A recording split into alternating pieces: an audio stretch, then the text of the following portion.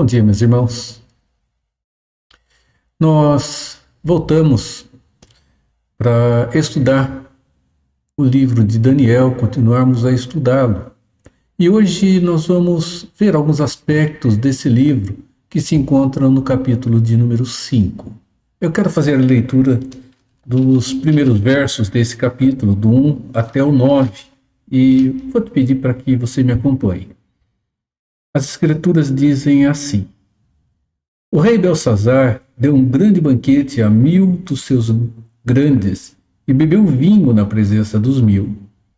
Enquanto Belsazar bebia e apreciava o vinho, mandou trazer os utensílios de ouro e de prata que Nabucodonosor, seu pai, tirara do templo que estava em Jerusalém, para que neles bebessem o rei, os seus grandes, as suas mulheres e concubinas. Então trouxeram os utensílios de ouro que foram tirados do templo da casa de Deus, que estavam em Jerusalém, e beberam neles o rei, os seus grandes e as suas mulheres e concubinas. Beberam vinho e deram louvores aos deuses de ouro, de prata, de bronze, de ferro, de madeira e de pedra. No mesmo instante, apareceram os dedos de mão de homem e escreviam defronte do candeeiro, na caiadura da parede do palácio real, e o rei via os dedos que estavam escrevendo. Então se mudou o semblante do rei, e os seus pensamentos se turbaram. As juntas dos seus lombos se relaxaram, e os seus joelhos batiam um no outro. O rei ordenou em voz alta que se introduzissem os encantadores, os caldeus e os feiticeiros. Falou o rei e disse aos sábios da Babilônia: Qualquer que ler esta escritura e me declarar a sua interpretação será vestido de púrpura, trará uma cadeia de ouro ao pescoço e será o terceiro no meu reino. Então entraram todos os sábios do rei, mas não puderam ler a escritura, nem fazer saber ao rei a sua interpretação. Com isto, se perturbou muito o rei Belsazar, e mudou-se-lhe o semblante, e os seus grandes estavam sobressaltados. Amém. Vamos orar? Nosso Deus, pedimos do Senhor, Pai, a direção, pedimos do Senhor a iluminação, pedimos do Senhor a bênção do teu cuidado sobre cada um de nós nesse momento, quando estamos a estudar mais uma parte da sua palavra santa. Senhor, pedimos o teu cuidado para famílias que estão próximas de nós, estão passando por tantas lutas, por tantas dificuldades e tantas perdas. E te bendizemos, Senhor, porque muitos têm se recuperado, muitos têm voltado ao seu lar, muitos têm voltado ao convívio de suas famílias. Louvado seja o teu nome, Pai, por todas as situações e por todas as circunstâncias. Pedimos a tua direção, orando agora, Senhor, em nome de Jesus. Amém, Pai. Meus irmãos, vamos louvar ao nosso Deus? Nós vamos louvar a Deus com o quarteto Átrios e depois voltamos para estudar a palavra do Senhor.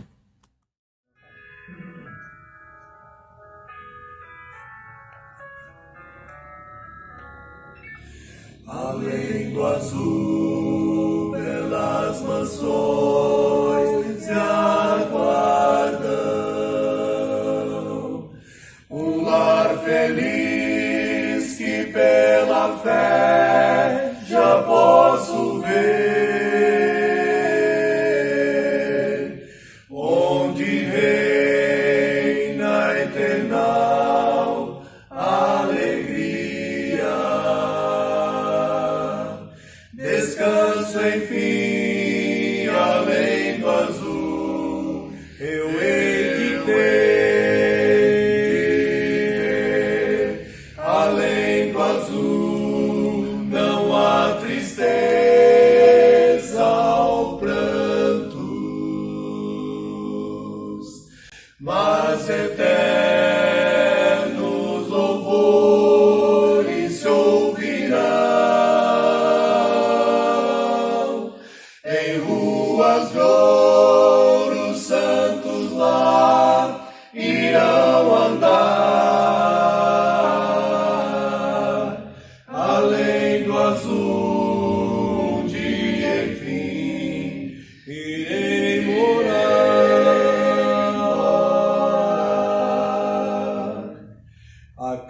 cada instante ansioso espero o dia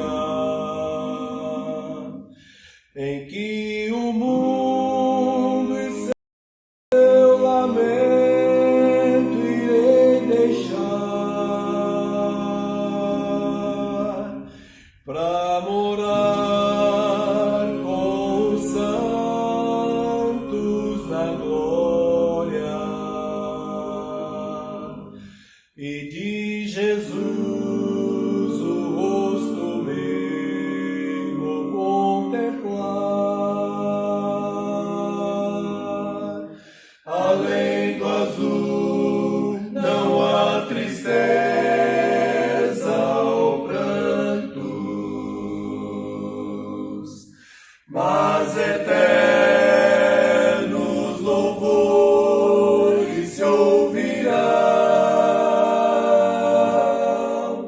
em ruas de ouro, santos lá irão andar. Além do azul, um dia enfim irei morar.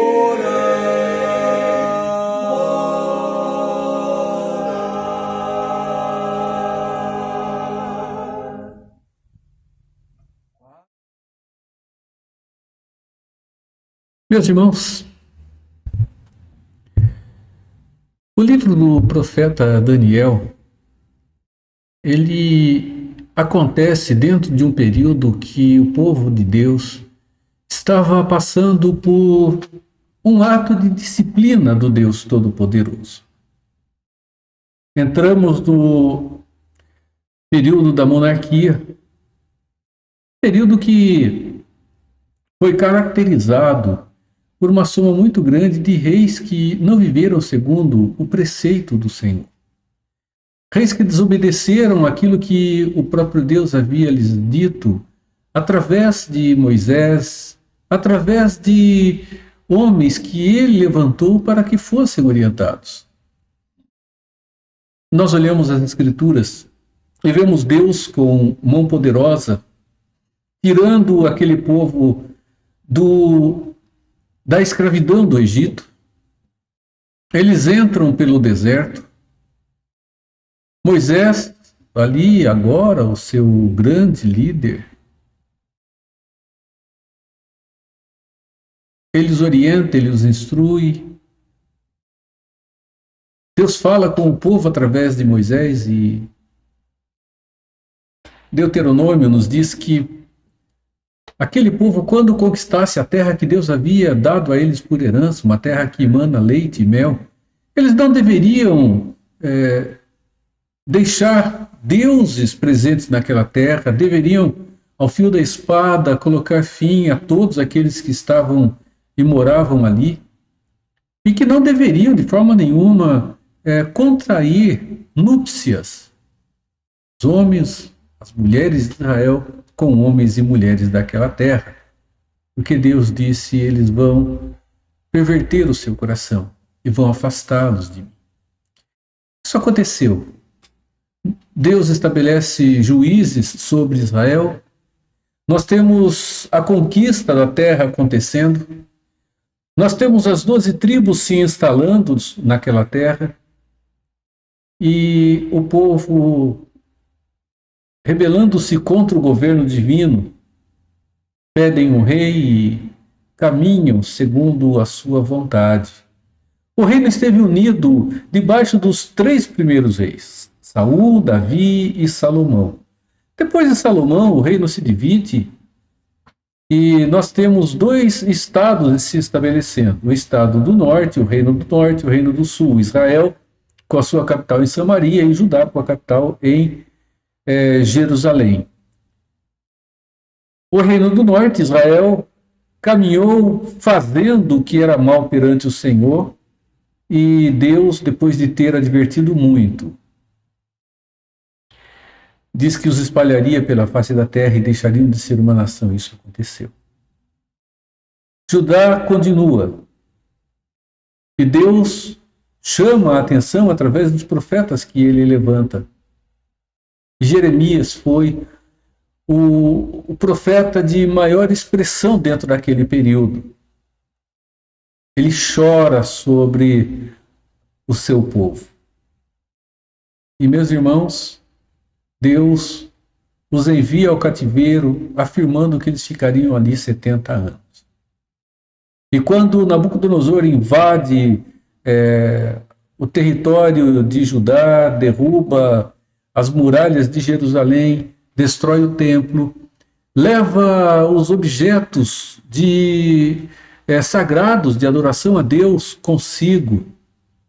Ele leva também pessoas para o serviço. E ali está Daniel e seus 3 amigos, Ananias, Misael e Azarias.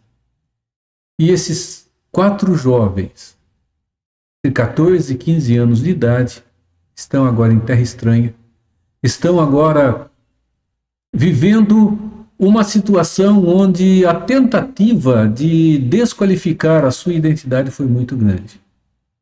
Mas não foi o que aconteceu. Nós observamos os 4 primeiros capítulos e vemos Deus agindo na vida desses jovens e Deus agindo na vida daqueles que eram os seus algozes, aqueles que os levaram para o cativeiro.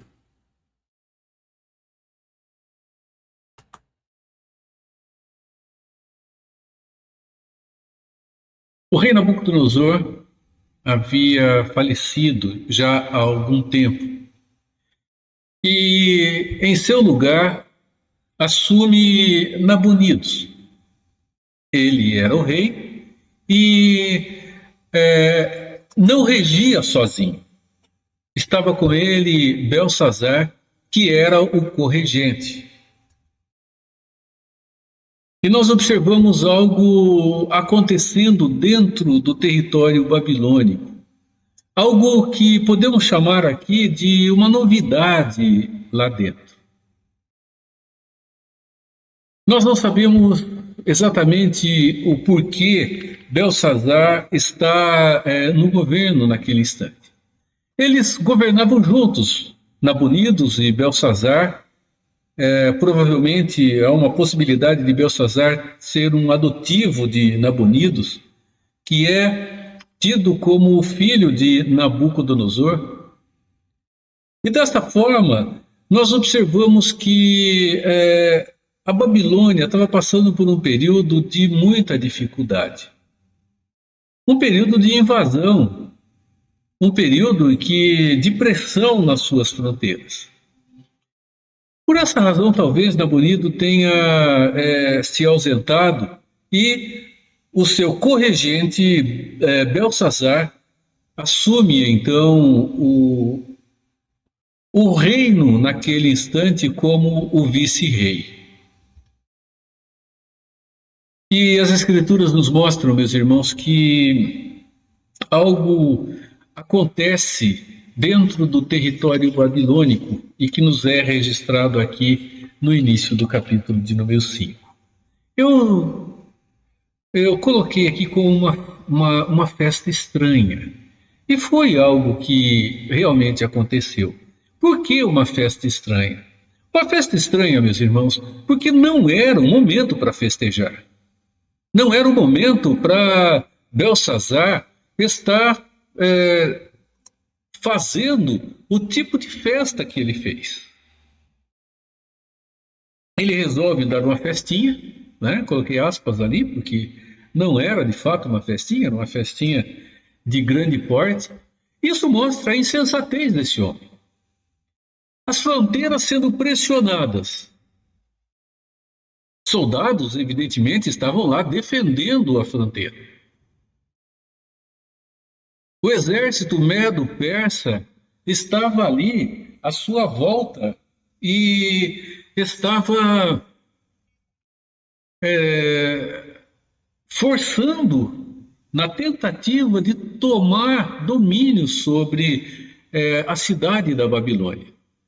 Meus irmãos, o final do capítulo 5 mostra que isso aconteceu. Dario invade a Babilônia e Belsazar é morto, ele é assassinado. E o que chama a atenção, como eu disse, é o tamanho dessa festinha. O texto registra que foi, meus irmãos, um banquete a 1000 dos seus grandes e bebeu vinho na presença dessas 1000 pessoas. É muita gente nesta festa organizada pelo rei em exercício Belsazar. Vejam as escrituras. O rei Belsazar deu um grande banquete a 1000 dos seus grandes e bebeu vinho na presença de todos eles, na presença dos 1000. Meus irmãos, nós sabemos que a bebida que contém álcool, pouco a pouco vai tirando a sobriedade das pessoas. Pouco a pouco, meus irmãos, ela vai tirando a decência, vai tirando o decoro, e a pessoa começa a fazer aquilo que naturalmente, se ela estivesse sóbria, ela não faria. O espírito de Belsazar estava completamente transtornado. Um rei irreverente, um rei irresponsável e que agora tem uma atitude que é profundamente desrespeitosa e escarnecedora. Ele manda que buscassem os utensílios que o rei Nabucodonosor trouxe da Babilônia e que trouxe de Jerusalém e que estava guardado na Babilônia. Ele traz esses utensílios e as escrituras dizem que ele, os seus grandes, as mulheres, as concubinas, todas usaram aqueles objetos que eram usados no culto a Deus, simplesmente com uma taça para beber do vinho, para se encharcarem do vinho. Eles usam aqueles objetos para bebedice. E, meus irmãos, nós vamos observar o que aconteceu. Verso 5, capítulo 5, verso 1 e 2. O verso 2, o 1, nós já lemos há pouco. Enquanto Belsazar bebia e apreciava o vinho, mandou trazer os utensílios de ouro e prata que Nabucodonosor, seu pai, tirara do templo, que estava em Jerusalém, para que neles bebessem o rei, os seus grandes, as suas mulheres e as suas concubinas. Nós olhamos para as Escrituras e vemos como Deus sempre foi profundamente rigoroso com tudo aquilo que fora dedicado a Ele. Eram objetos exclusivos, eram objetos que não podiam ser usados senão para a adoração ao Deus Santo e ao Deus Poderoso. E Belsazar usa esses objetos para sua farra, para sua festinha, para o seu momento de entretenimento.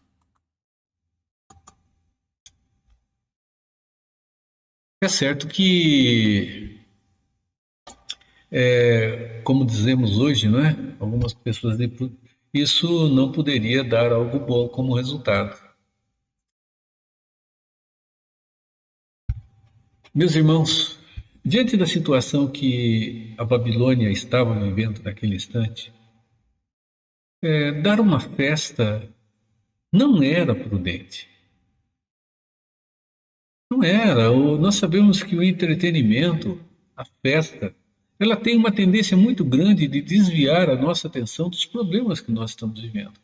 É assim que acontece conosco, meus irmãos. Nós podemos estar cercados de problemas. Se entrarmos numa situação de festa ou de entretenimento, a nossa tendência é deixar, ou levamos conosco o problema, ou pelo menos por algum tempo, quando estamos ali envolvidos com o entretenimento, esquecermos do que é o nosso problema. O foco muda. E nós observamos Isso acontecendo, se este homem tinha a intenção de tirar o foco do problema que a Babilônia estava vivendo, meus irmãos, ele se esquece que por trás disso tudo havia Deus, e Deus faz com que ele leve um choque de realidade, ele volte para a realidade, ele coloque seus pés novamente no chão. E Deus faz isso conosco o tempo todo. Às vezes nós não queremos ver, às vezes acontece isso. Às vezes nós não queremos ver a ação de Deus, mas Deus está diante de nós, mexendo conosco, chamando a nossa atenção, trazendo-nos de volta à realidade da luta, dos problemas, das situações que o dia a dia traz a cada um de nós. O texto diz, meus irmãos, que eles estavam bebendo, verso 4, beberam vinho e deram louvores aos deuses de ouro, de prata, de bronze, de ferro, de madeira e de pedra. Estavam eles ali com os objetos sagrados, bebendo, dando louvor aos deuses que eles serviam. Quando Deus, o único e verdadeiro, entra em cena, mais uma vez, fazendo-se ver em sua presença, e agora é para valer. Eu não me refiro a Deus como alguém que não faz isso, tudo que faz para valer. Sempre isto vai acontecer. Deus não brinca e não quer que brinquemos com Ele.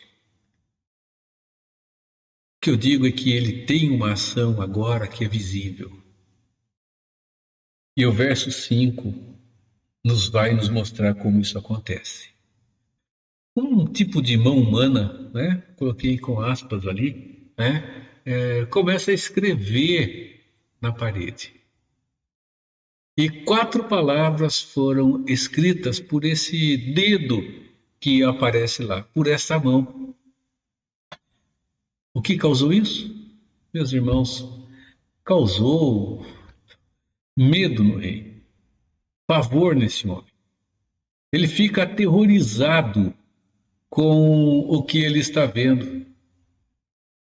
E ele quer entender o que é que está escrito ali. Ele olha, vê o que está acontecendo, mas não entende. Ele quer o significado daquelas palavras. E ele então manda chamar aos seus conselheiros reais, aos seus sábios.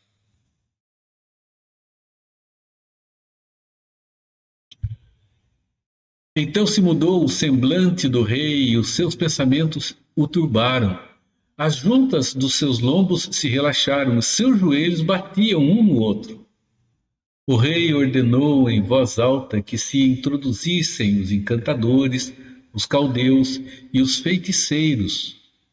Falou o rei e disse aos sábios da Babilônia: qualquer que ler esta escritura e me declarar a sua interpretação será vestido de púrpura, trará uma cadeia de ouro ao pescoço e será o terceiro no meu reino.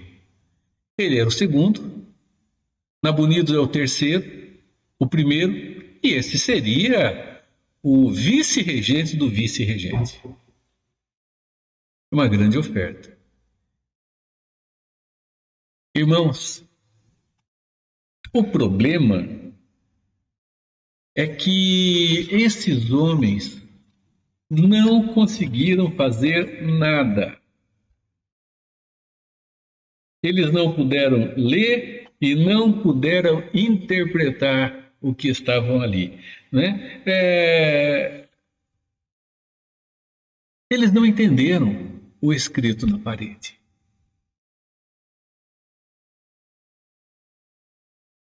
A atitude do rei Belsazar foi diferente da atitude do seu antecessor ou do seu pai, Nabucodonosor. Aqui essa palavra pai, ela pode ser traduzida ou entendida como um ancestral ou um antecessor. Aquele que veio antes dele. Né? Ela pode ser entendida desta forma. Todos estavam ali. E meus irmãos, recompensa mais uma vez para quem conseguisse dar o significado. Eles não conseguem, meus irmãos, absolutamente nada. Isso nos leva mais uma vez a uma situação semelhante àquela que o rei Nabucodonosor teve por mais de uma vez, por mais de um momento. Irmãos, o rei, ele chama os seus sábios, e meus irmãos, chama os sábios e os sábios não conseguem fazer nada. Por uma simples razão, meus irmãos. A verdade de Deus, ela só pode ser entendida e compreendida através da revelação que o próprio Deus, da interpretação que o próprio Deus apresenta a sua revelação.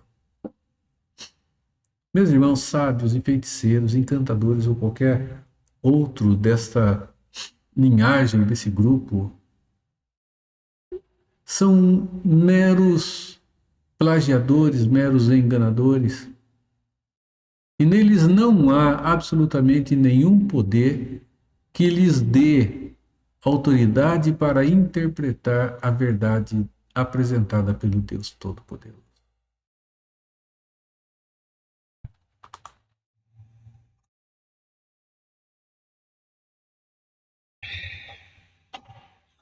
Como aconteceu a primeira vez, quando Nabucodonosor quis saber do seu sonho, e ali ele queria saber não somente a interpretação, mas qual era o sonho, Daniel entra em cena. Assim como aconteceu uma segunda vez com o rei Nabucodonosor antes dele ficar amalucado. Agora Daniel entra em cena e através da rainha mãe. É uma possibilidade de que a rainha mãe fosse esposa de Nabonido pela liberdade que ela tinha para entrar no local do banquete sem os protocolos que eram exigidos para que se fizesse presente. Ela entra com liberdade. E ela diz ao rei: há no teu reino um homem que tem o espírito dos deuses santos. Nos dias de teu pai se achou nele luz e inteligência, e sabedoria como a sabedoria dos deuses. Teu pai, ó rei Nabucodonosor, sim, teu pai, ó rei, o constituiu chefe dos magos, dos encantadores, dos caldeus e dos feiticeiros, porquanto o espírito excelente, conhecimento, inteligência, interpretação de sonhos, declaração de enigmas e soluções e solução de casos difíceis se acham nesse Daniel, a quem o rei pusera o nome de Beltesazar. Chame-se, pois, a Daniel, e ele dará a interpretação. Daniel, mais uma vez, entra em cena na vida dos monarcas babilônicos. Já tinha passado bastante tempo. Daniel aqui já não era mais o jovem da interpretação do sonho de Nabucodonosor e da revelação do sonho. Ele já está com uma caminhada boa de anos. E, meus irmãos, não havia outro, absolutamente, que pudesse dar ao rei aquilo que ele esperava. Vamos lembrar que aquele episódio ele destaca e ele revela a ira de Deus contra o rei Belsazar. Deus estava irado com ele. Aquela atitude escarnecedora de chegar, tomar os objetos santos, beber nele, dar às pessoas para que tomassem o vinho ali, se embriagassem com a bebida, meus irmãos, isso trouxe a ira de Deus, Deus acende a sua ira mais uma vez e faz isso agora contra esse monarca.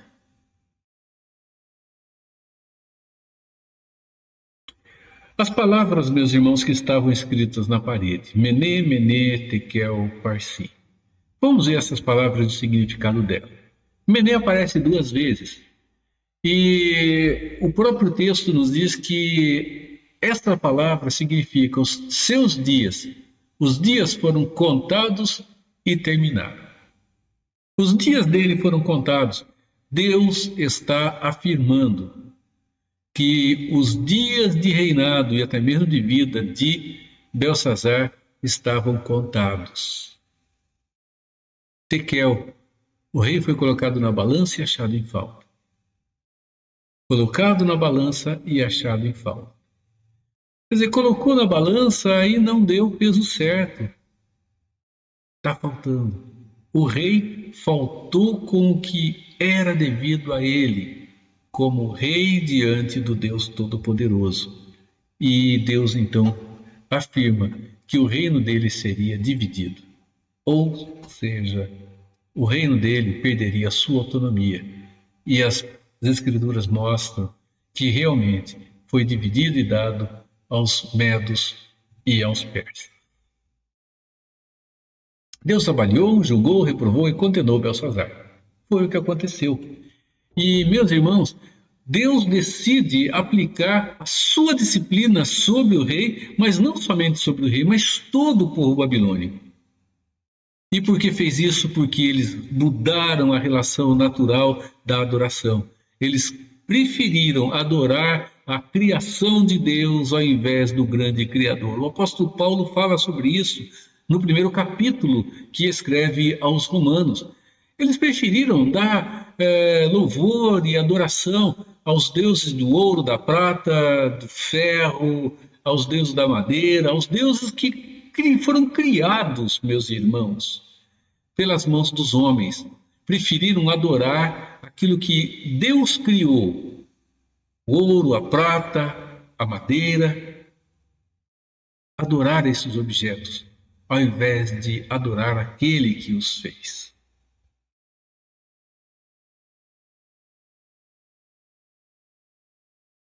E te levantaste contra o Senhor do céu, pois foram trazidos os utensílios da casa dele perante ti, e tu e os teus grandes, e as tuas mulheres, e as tuas concubinas, bebestes vinho neles.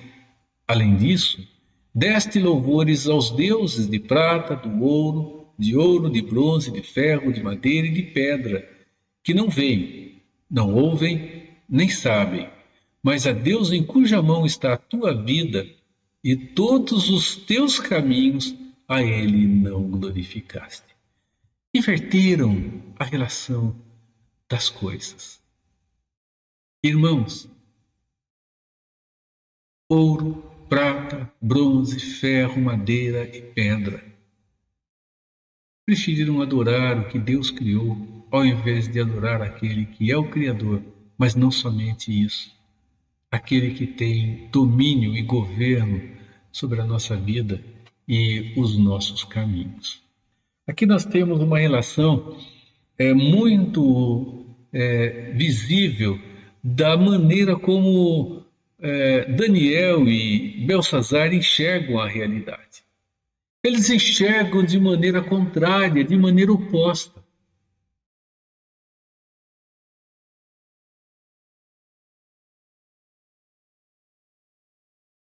Nós não podemos nos esquecer de uma coisa.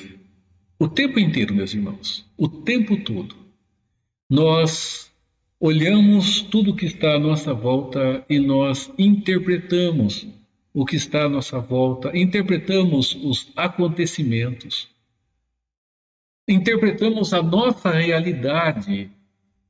E isso fazemos com a nossa maneira de enxergar, com a nossa cosmovisão. Uma maneira simples de entender essa expressão, a cosmovisão, uma visão de mundo, uma visão da realidade, é a de pensarmos num óculos. Cosmovisão é a lente através da qual nós enxergamos a realidade que está à nossa volta, enxergamos o nosso dia a dia. Eu me lembro de umas aulas de física na época da escola, e que se falava em côncavo e convexo, né? Côncavo e convexo. E se nós pegarmos um objeto, um vidro que seja côncavo, e nós olharmos por ele, o que nós vamos enxergar do outro lado sofrerá uma distorção que vai mostrar esse objeto de uma forma diferente. No côncavo, se olharmos da parte funda para a parte bicuda, o objeto ele vai alargar em cima, afinar embaixo e afinar no meio e alargar embaixo. Se nós olharmos de forma contrária, olharmos do côncavo para o convexo, do convexo para o côncavo, vai acontecer exatamente o contrário. O objeto vai ficar fino em cima, largo no meio e fino embaixo. Se nós olharmos com um vidro simplesmente, o objeto será exatamente o que ele é, sem qualquer distorção.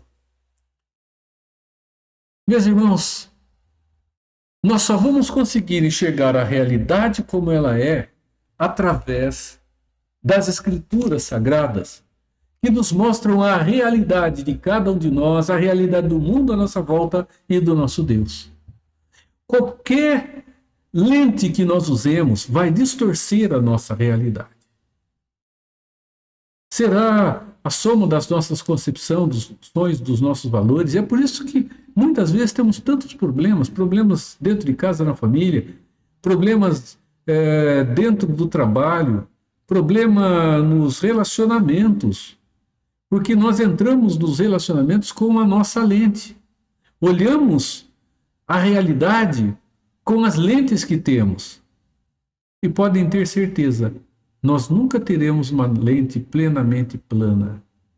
Ela terá um pouco de côncavo, terá um pouco de convexo e estará distorcendo a realidade que nós enxergamos. A mesma coisa acontece com o outro. Por isso a tolerância é tão importante, meus irmãos, entre nós. Por isso é tão importante não sermos tão radicais com as nossas ideias e os nossos valores. Devemos ser, sim, seguros com o bom entendimento da verdade de Deus. Esta traz-nos uma visão real do que temos na vivência do nosso dia a dia. Ela, sim, diz como somos como pessoas depois de Adão, como é o nosso coração, como tratamos a nossa realidade e mostra como nós devemos corrigir a maneira como nós enxergamos.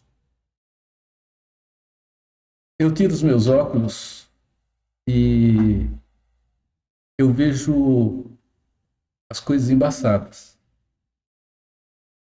Assim é, meus irmãos, com a vida de cada um de nós. Nós não enxergamos nada de maneira tão clara, nunca, a não ser quando colocamos a lente da verdade de Deus, que clareia, desembaça, desentorta, que desnuda a nossa realidade e mostra como devemos tratar com ela. Tratar com a vida, tratar com o dia a dia, que envolve relacionamento com o nosso Deus e com as pessoas que estão perto de nós. Francis Schaeffer definiu cosmovisão da seguinte forma: uma cosmovisão é o conjunto de valores que formam, e essa é a citação dele, o filtro através do qual uma pessoa enxerga o mundo. É o filtro, é a lente através do qual ela enxerga a realidade que está à sua volta. O capítulo 5 revela um contraste aqui entre a maneira que Belsazar via a realidade e a maneira que Daniel via a mesma realidade. Meus irmãos, enquanto Belsazar estava completamente envolvido, comprometido, seguro do seu momento, do seu aqui e agora, Daniel está com o seu coração firmado em Deus, com os olhos presentes nele. Tanto que ele rejeita a oferta de Belsazar. Não é? Ele diz, rei, pode ficar com tudo isso. Eu não quero nada disso e vou te dar a interpretação. As escrituras dizem que o rei, mesmo assim, o reveste de honra.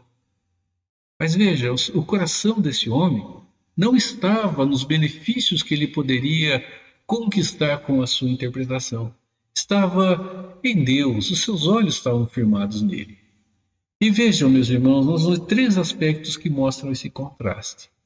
Primeiro, o exagero irresponsável. Meus irmãos, a irresponsabilidade, o exagero, caracterizam a Belsazar. Irresponsabilidade porque a Babilônia estava sofrendo uma tentativa de invasão. Exagerado porque esse homem dá uma festa para 1.000 pessoas. Gente, não é pouca coisa. Uma grande festa, muita comida, muita bebida, muita gente, muitas mulheres, enquanto o país dele estava sendo invadido.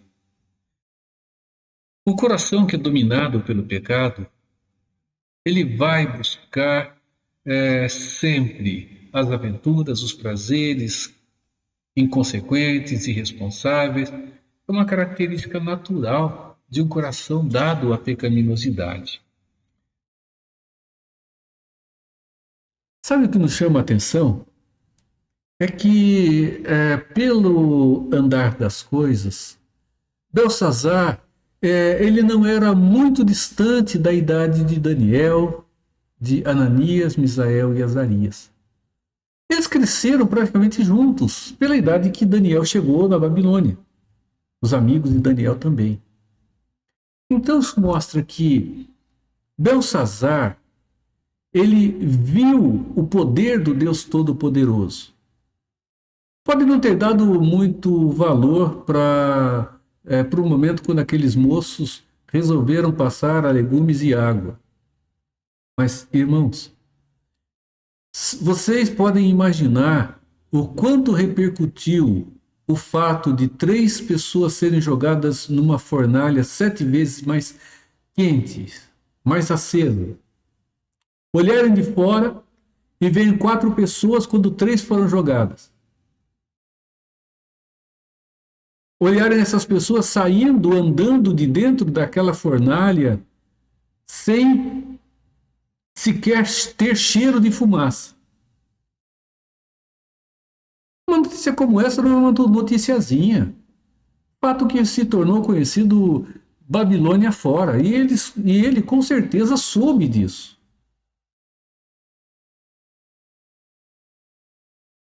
Era um momento de grande ajuntamento.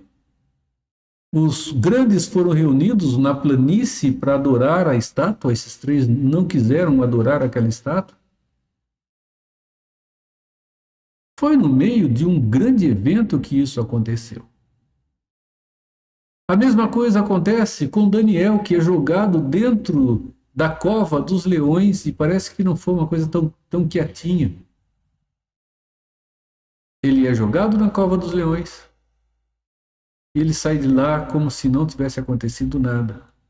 E a família dos acusadores de Daniel foram jogados lá dentro, eles não chegaram nem no fundo, foram estraçalhados enquanto caíam. Tamanha fúria daqueles animais. Olha para a história de Nabucodonosor, vê a loucura do rei, vê a conversão, a mudança, a alteração na vida dele. Viu o que Deus fez com o homem mais poderoso do mundo. Irmãos, ele conhece Deus através de Daniel e dos seus amigos.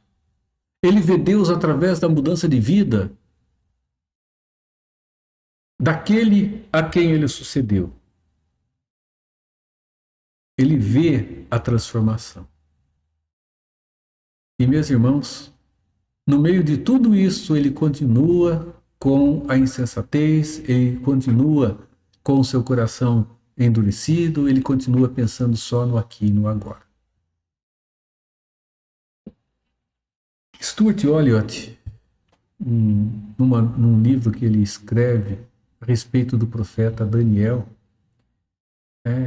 ele diz que não é um pecado ou outro que afastará pessoas de Deus, mas o pecado que carrega em si. E, meus irmãos, ao mesmo tempo nós observamos que grandes atos sem a graça de Deus não produzem transformação.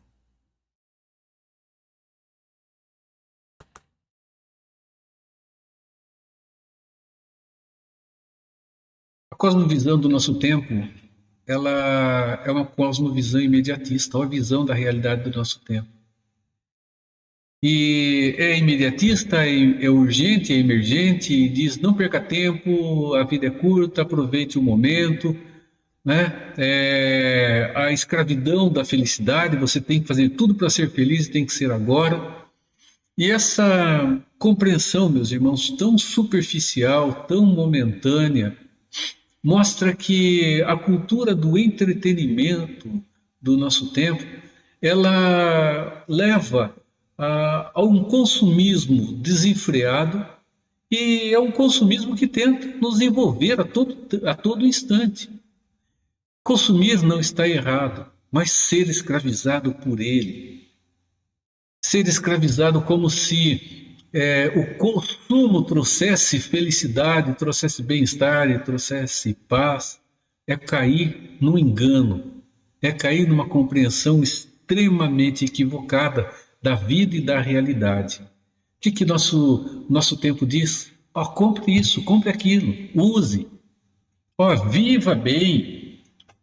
Quebra aí os paradigmas dessa sociedade. Divirta-se, deleite-se. Você não tem dinheiro? Pega o seu cartão de crédito aí, divide em trocentas vezes, mesmo que você não consiga pagar, porque você merece, é agora. Depois você não sabe o que vai acontecer. Você pode fazer isso.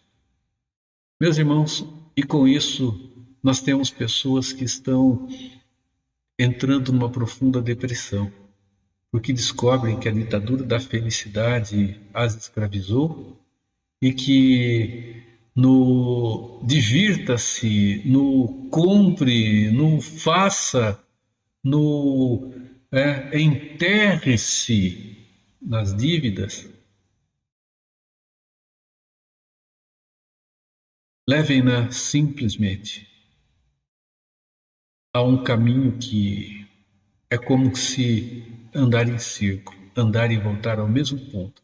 E esse mesmo ponto é o mesmo ponto do coração entristecido, sem paz e vazio que tinha anteriormente. É importante nós pensarmos o seguinte: a questão ela não está envolvendo a necessidade que temos de descansar, de passear, de nos entreter. Não é isso. O problema está nessa cultura da autossatisfação, essa cultura que está tentando colocar em nós que ter prazer e alegria imediata é tudo o que resta na nossa vida. Essa escravidão, meus irmãos, e você tem que ser feliz, custe o quanto custar. Você tem que se autorrealizar, você tem que chegar e conquistar o seu bem-estar pessoal. Não é assim que Paulo fala, meus irmãos. Ele mostra que a nossa vida do hoje está atrelado àquilo que é a nossa vida do amanhã. E Colossenses 3, ele fala sobre a nova realidade de vida que nós vivemos. Ele diz: pensai nas coisas lá do alto, não nas que são aqui da terra. A coisa do alto não é olhar para si e viver em contemplação, mas pensar na maneira como Deus quer que nós façamos as coisas aqui, como Ele quer que nós vivamos aqui, e não como esse mundo escravizante quer que nós façamos o que nós vivamos. Porque, meus irmãos, alegria, ela vem de um coração que está atrelado diretamente a Deus através do Criador Cristo Jesus. Aquele que mostra que temos paz que excede a todo entendimento. Alegria e paz só são encontradas com Deus, a sua verdade, aquele que nos ensina como viver bem o nosso tempo aqui. Por isso, é pensar da maneira como Deus tem nos ensinado a pensar e não pensar como esse mundo ímpio tem nos seduzido e nos induzido a pensar e a viver. Meus irmãos, o que eu disse, Daniel não demonstra ganância, absolutamente. Nós vemos que ele é uma pessoa que não teria muito problema em afirmar aquilo que Paulo afirmou, né? Ele diz: por amor do qual perdi todas as coisas, eles considero como refúgio para ganhar a Cristo. Olha, deveras considero tudo como perda por causa da sublimidade do conhecimento de Cristo Jesus, meu Senhor. Ele não estava apegado com o que era momentâneo. Mas vamos lembrar que Daniel, ele foi alguém honrado, ele viveu e ele desfrutou de tudo aquilo que era a sua posição. Mas o seu coração não estava ali, o seu coração estava nas coisas lá do alto, diferente do coração de Belsazar. Um segundo contraste, né, mostra, meus irmãos, que Daniel, ele olha para o passado e ele sabe dar valor ao passado. Para o judeu isso era muito importante, né? O judeu, ele olhar para o passado, envolvia a memória de tudo aquilo que Deus havia feito por ele, inclusive das disciplinas do próprio Deus, o que os levava a ter segurança com relação ao que viria à frente. Irmãos, Daniel olha para trás e vê segurança, vê caminho tortuoso e ensina arrependimento e mudança. Belsazar olha para trás e faz de conta que não vê nada. Meus irmãos, a forma de encarar o passado é completamente diferente entre eles. Daniel tinha por intenção alertar quanto aos erros do passado e alertar para que eles não fossem repetidos novamente. O Velho Testamento é um bom contador de histórias e a gente observa o quanto se valorizava e o quanto de valor se deu e o quanto valor se deve dar ao que foi lá atrás. Não para viver lá, mas para que, em base às nossas atitudes e as nossas ações dentro do nosso presente. O passado pode encher o coração de esperança com relação ao amanhã. Olha o que Lamentações diz: quero trazer à memória o que pode me dar esperança. Olhar lá atrás e viver e ter esperança. O rei não muda nada. Absolutamente. Oferece a Daniel tudo aquilo que havia dito. E nós, meus irmãos, vemos que Deus estabelece limite para tudo. Deus, ele tolerou a retirada do templo. Mostrou que ali para o povo dele houve uma derrota. Mas Deus não tolerou a profanação dos objetos que eram objetos para serem usados exclusivamente para sua adoração. Enquanto Belsazar toma uma atitude de indiferença e desrespeito, Daniel demonstra um profundo respeito para com Deus. E o que ele faz? Fala ao rei que estava na parede. Não era uma missão fácil, porque ele trouxe uma palavra de julgamento, uma palavra de juízo ao rei presente, ao rei Senhor naquele momento. Ele diz: e te levantaste contra o Senhor do céu, pois foram trazidos os objetos da casa dele perante ti, e tu e os teus grandes, as tuas mulheres, as tuas concubinas, bebestes vinhos nele. Além disto, desse louvor aos deuses da prata, do ouro, do bronze, de madeira, de pedra, que não veem, não ouvem, nem sabem, mas a Deus em cuja mão está a vida e os teus caminhos, a ele não glorificaste. Mene, tekel, parsi. Irmãos, as Escrituras nos mostram que honrar a Deus é coisa séria e desonrá-lo também.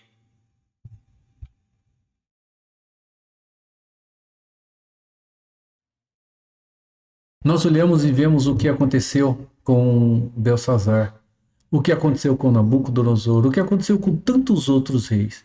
E o que aconteceu simplesmente com pessoas que não tinham governo. Irmãos, Deus, ele nos afirma, ainda hoje, como afirmou no passado: comigo não se brinca. O que alguém semear, vai colher. Stuart Oliotes, eu quero terminar aqui com algo que ele escreveu. Ele diz assim: quando as pessoas escarnecem do Altíssimo, ele não ignora isso. Visto que Deus não age imediatamente, os ímpios concluem que ele não agirá de maneira alguma. É um grande erro. Porque Deus não deixará impunes os pecados de ninguém. Que Deus em Cristo abençoe a sua vida. Amém. Vamos louvar a Deus e voltamos para encerrar. Quando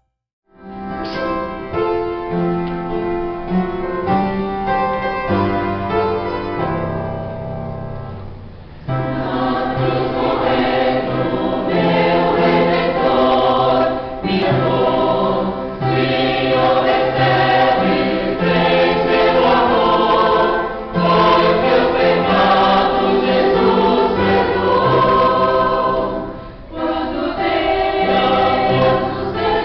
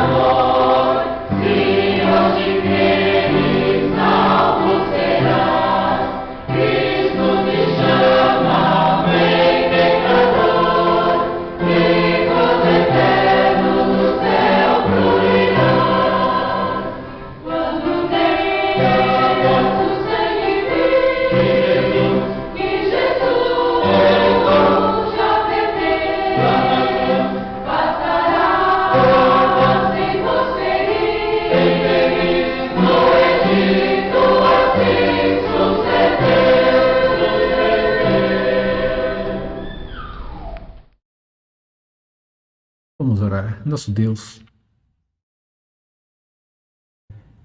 nós somos desafiados o tempo todo, Pai. Desafiados a olhar a realidade pensando nas coisas que são lá do alto. Não é para que tenhamos uma visão platônica e contemplativa das realidades celestiais e olharmos simplesmente para cima como se não tivéssemos uma vida presente aqui. O Senhor quer que, como ressuscitados em Cristo, que vivamos a nossa vida aqui com os nossos olhos voltados à verdade celestial, para que ela nos norteie a todo instante, para que ela nos ensine como devemos nos comportar, como devemos nos relacionar, como devemos avaliar a nossa vida e aqueles que estão à nossa volta. E, Senhor amado, Belsazar viu a grandiosidade do Senhor e continuou, Pai, com os seus atos de inconsequência. E porque o Senhor é longânimo, muitos têm imaginado que o Senhor nunca vai fazer nada. É um grande erro, Senhor. Porque o Senhor, apesar de longanimidade, estabelece um limite para as nossas ações, para a nossa maldade, para os nossos atos. E o Senhor virá em direção a nós, disciplinando-nos como um Pai amoroso que o Senhor é. Abençoe, Pai, a nossa vida, caminhe conosco durante essa semana que se inicia. E pedimos, cuide, Senhor, das nossas famílias e dos nossos lares. Oramos, nosso Deus, em nome de Jesus. Amém. Meus irmãos, que a graça de Jesus Cristo, o amor de Deus, o nosso Pai, e a consolação do Espírito Santo renove-se sobre a nossa vida, sobre o nosso lar, e envolva a todo o povo de Deus que está espalhado pela face da terra. Que assim seja agora e por todo sempre. Amém. Deus guarde, meus irmãos, cada um.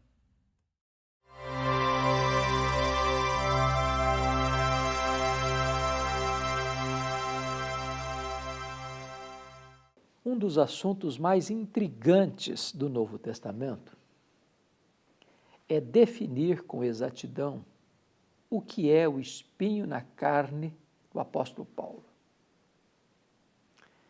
Ele fala sobre esse assunto lá na sua segunda carta aos Coríntios, capítulo 12, a partir do verso 7, que foi posto nele um espinho na carne, mensageiro de Satanás, para lhe esbofetear, a fim de que ele não se ensoberbecesse. E uma pergunta fica então no ar. Qual é a fonte desse espinho na carne? Deus ou Satanás? E eu queria levantar esse ponto para sua reflexão, porque algumas pessoas dizem que o espinho na carne de Paulo foi colocado por Satanás. Será isso verdade? E você vai perceber à luz do texto que não é possível que seja Satanás o causador desse espinho da carne. Porque o propósito do espinho da carne de Paulo foi para que ele não se ensoberbecesse diante da grandeza das revelações que tivera de ser arrebatado até o terceiro céu. Satanás não tem nenhum interesse em que você não seja uma pessoa soberba. Satanás tem interesse que você seja soberbo, orgulhoso, altivo, não humilde. Portanto, o propósito do espinho na carne de Paulo é para que ele fosse humilde. E esse propósito é santo, e esse propósito vem de Deus. Portanto, o espinho na carne de Paulo tem a ver com Deus e não com Satanás. Mas onde entra Satanás nessa jogada?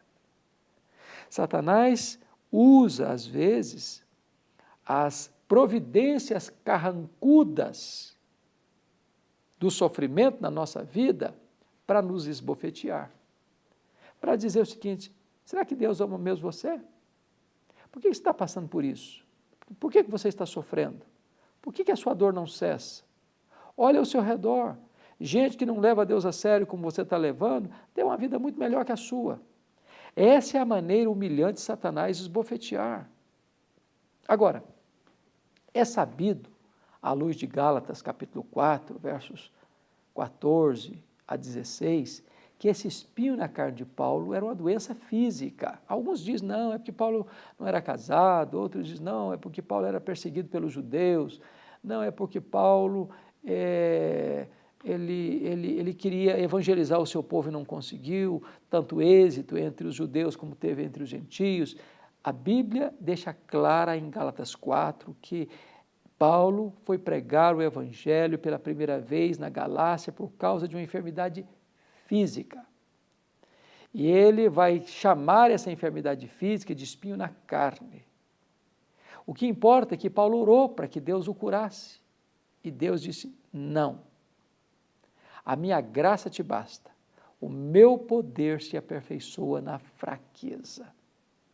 Deus é o Deus que cura.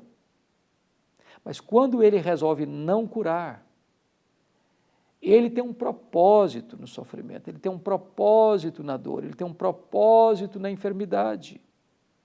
É nos fortalecer, é nos encher do seu poder, porque o poder se aperfeiçoa é na fraqueza, e nós, portanto, podemos nos gloriar nas fraquezas, porque a graça de Deus nos é suficiente, a graça de Deus nos basta.